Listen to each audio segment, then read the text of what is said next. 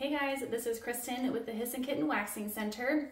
I'm going to talk to you today about why pressure is important when applying wax. So before I jump in, if any of y'all have any questions, comments, concerns, feel free to comment down below, like, subscribe. I always love chatting with you all.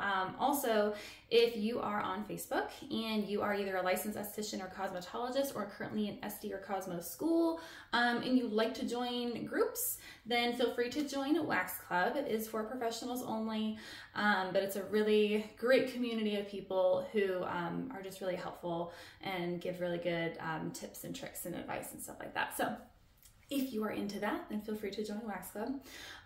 Okay, so how much pressure should you be applying when you are waxing? So it can be confusing to know how much pressure is enough because I know a lot of people are scared to apply too much pressure, but pressure is such an important step when it comes to waxing, because if you don't use enough pressure, then you're not going to be able to get the wax to adhere to the hair as well as it could.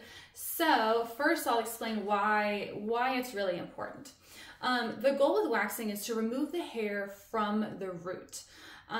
In order to do that, you need to get the wax as close to the base of the hair on the skin as possible. If you're not using enough pressure, then you run the risk of the wax just breaking and snapping the hair instead of actually pulling it from the root. So you need to apply pressure to make sure that you're getting as close to that base as possible and you're not leaving any air or space in between so that it can do its job, basically. The main reason why people don't use enough pressure when spreading wax is either they just don't understand why pressure is important, or they're concerned they're going to hurt their client. I hear this all the time, and I understand why people are scared, but you're not going to hurt your client if you're applying the correct amount of pressure. The only way you would hurt them is if you're like jabbing it in their skin like this. Obviously that would not be fun, but when you're applying pressure, this is not going to hurt them. So get that out of your head. They would rather you do your job and feel more pressure than leave with a wax where the hair is all snapped and broken. Not cool. So I'm going to show you the difference between a wax strip where you're using the correct amount of pressure and then a wax strip where you're not using enough pressure to kind of help give you a visual of signs to visually see, because obviously when it's not on your body, it's hard to know. So besides practicing, which I always recommend practicing, but I'm hoping that this will help you be able to look for signs that you're using enough pressure. So let me get some wax on my stick and I will show you. Okay, so this first one I'm going to show you where we are going to not use enough pressure on this strip. So first I'll just get all of this off.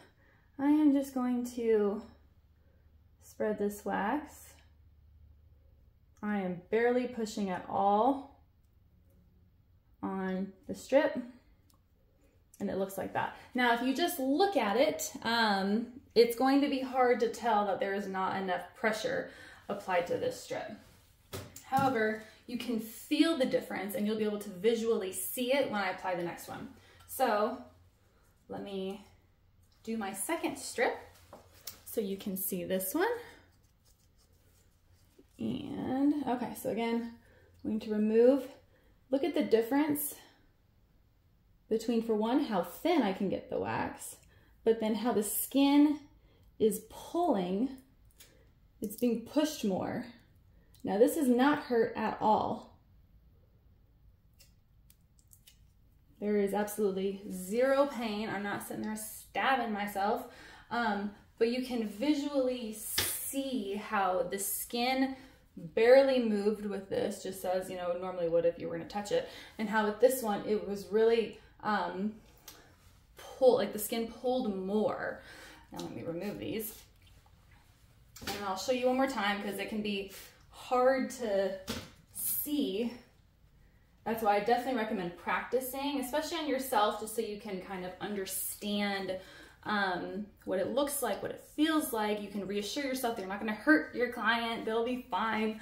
But again, this one, if I'm not going to apply enough pressure, you'll just see how the skin is just barely moving.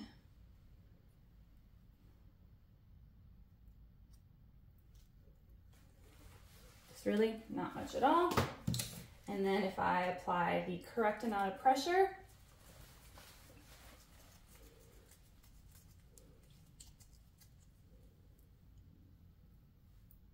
you'll see that the skin is obviously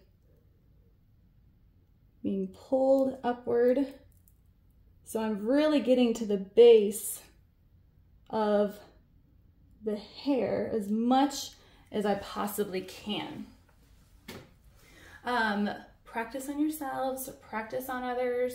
You can even use like a silicone mat, like what I have here, to practice, because you'll still be able to kind of see it tugging a bit. But practice makes perfect.